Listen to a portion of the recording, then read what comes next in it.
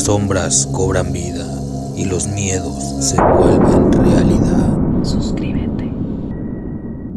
Esta historia comienza en el estado de Baja California Sur, en un pueblo conocido en esos tiempos como El Triunfo, con el nacimiento de una hermosa niña un martes 9 de diciembre de 1934.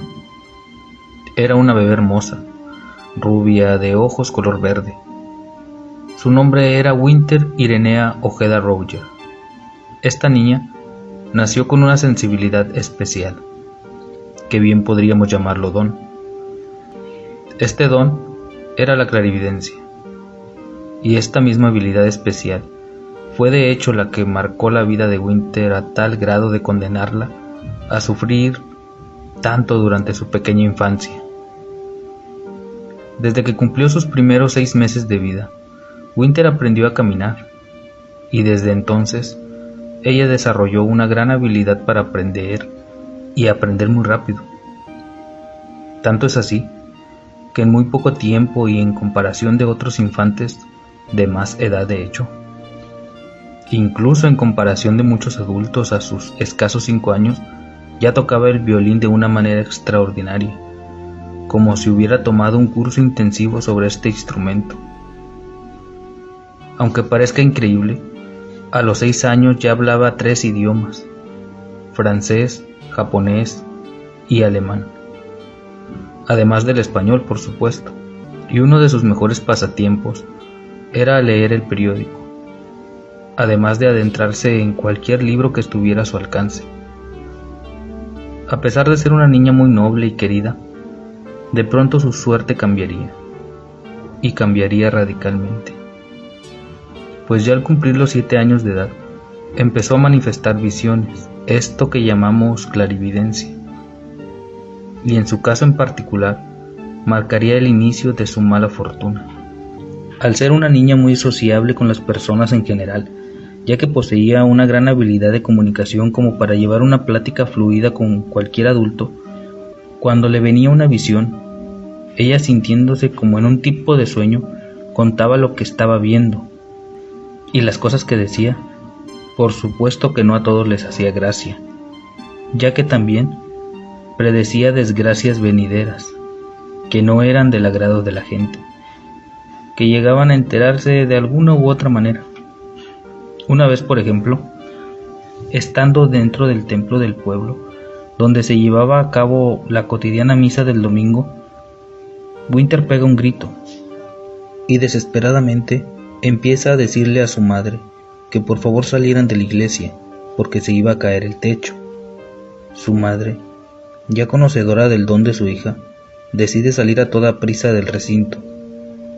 No pasaron más de 2 minutos, y la estructura empezó a colapsar, dejando una estela de polvadera y bastante escombro. Desafortunadamente, la mayoría de las personas que estaban en la misa perdieron la vida. Solo hubo unos pocos sobrevivientes. Los registros dicen que fueron 30 personas fallecidas y solo 8 sobrevivientes, incluyendo al párroco.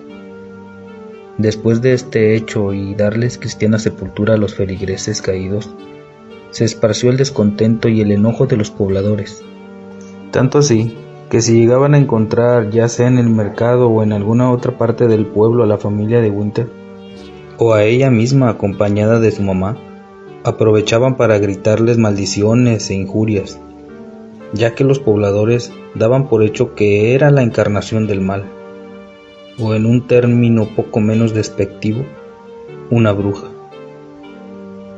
Esta situación llenó de ira al padre de Winter, que por un momento pensó en tomar algún tipo de represalias en contra de la gente, pero ¿cómo podría enfrentarse a todo un pueblo enardecido? Recordemos que eran los años 30, había muy poca racionalidad, por decirlo suavemente, en la mayoría de las personas, la mayoría muy conservadoras. Ante esta problemática, la familia decide enviar a la pequeña Winter con su abuela materna, quien, emocionada por la visita de su hermosa nieta, la recibió sin dudar.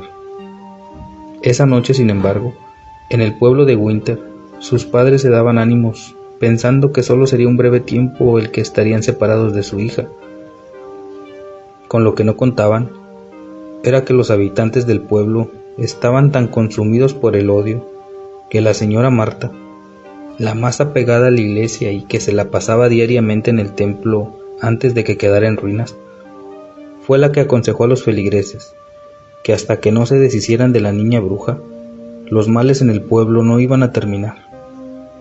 Fue así que se pusieron de acuerdo y exactamente el día que se decidieron en ir a acabar con la niña, fue cuando ella ya había salido rumbo al pueblo continuo donde su abuela, llevada por un trabajador de la familia. No sabiendo esto los pobladores, y siguiendo con su plan, prendieron fuego a la vez de que tapaban todas las salidas de la casa, y ya que eran muchas personas, el fuego se propagó muy rápidamente, sin dar la oportunidad a los habitantes de hacer algo por salvar su vida. De esta manera, acabaron con la familia de Winter, padre, madre y un hermanito de escasos 2 años de edad. Los enardecidos pobladores, viendo su plan consumado y pensando que se habían deshecho por fin de toda maldición, volvieron a sus casas. Las autoridades, por su parte, declararon que al llegar no encontraron a nadie, por lo tanto no había a quien culpar. Entonces tomaron la decisión de declararlo como una tragedia y el asunto quedó en el olvido. La abuelita de Winter se enteraría de la terrible noticia una semana después, ya que el trabajador regresara al pueblo y encontrara solo cenizas de lo que alguna vez fue una casa llena de felicidad. La abuela, por su parte, decidió no contarle nada a Winter, distrayéndola del tema cada vez que ella le preguntaba que cuándo irían sus padres a verla. Pasaron 10 meses desde aquel suceso en la iglesia y del fallecimiento de sus padres, cuando a Winter le vino una visión. Apurada tomó nota de todo lo que vio, sellando ese papel en un sobre y pidiéndole a una amable señora amiga de su abuela que iba al pueblo del Triunfo 2 veces a la semana para que le diera el sobre al párroco de la iglesia. Así lo hizo la señora, y una vez teniendo en su poder el párroco dicho sobre, procedió a leerlo. En la carta decía lo siguiente: Monseñor Feliciano de Oca, es para mí un gusto poder redactar estas líneas, por el hecho de hacerle de su conocimiento una visión sobre un tesoro que está oculto cerca del puente del Mineral, en la barranca, pasando la segunda mina. Asimismo, le escribo a modo de detalle un pequeño mapa del lugar. Es un tesoro que escondieron las tropas hace 10 años, el cual puede servir para remodelar el templo. Sin más, me despido, deseándole buena fortuna y larga vida. Firma Winter Irinea. El párroco se quedó helado, y después de asimilar la noticia, tomando en cuenta que supuestamente Winter y su familia habían perecido en aquel incendio provocado por los pobladores, decidió ir en busca del lugar esa misma noche. Pero lo que Winter nunca imaginó fue que ese acto bondadoso de su parte marcaría su destino. Desafortunadamente, la señora que le ayudaba al párroco mientras limpiaba el lugar encontró sobre el escritorio la carta y, sin tener ningún tipo de respeto, empezó a leer el mensaje. Espantada por lo que estaba leyendo, pero pasado el asombro, volvió el enojo, ese que los hizo acabar con esa familia, dándole aviso a algunos de los pobladores, y ya todos, estando todos de acuerdo y sin que se enterara el párroco de la iglesia, contrataron a un tipo conocido por sus malos valores y muy poco honor. Decidieron pagarle una buena suma de dinero para que acabara con el trabajo que ellos habían empezado hace 10 meses. La mañana del 3 de octubre de 1940, encuentran el cuerpo de Winter totalmente desfigurado y diseccionado con una herramienta que se usa en labores de campo, conocida como guadaña. El hallazgo fue terrible para los pobladores de ese pueblo. Está de más decir que igualmente para la abuela de Winter. Es así como termina esta terrible historia de una niña que en ningún momento pidió cambiar su naturaleza normal por algún don extraordinario. Lamentablemente, nunca se detuvo al asesino.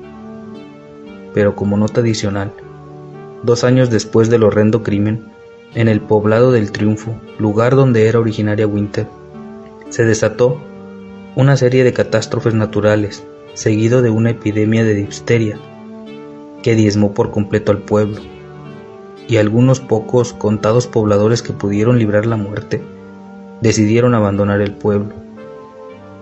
Lo único que quedó en pie fue la iglesia ya restaurada y el párroco que siguió ofreciendo misa hasta el último de sus días.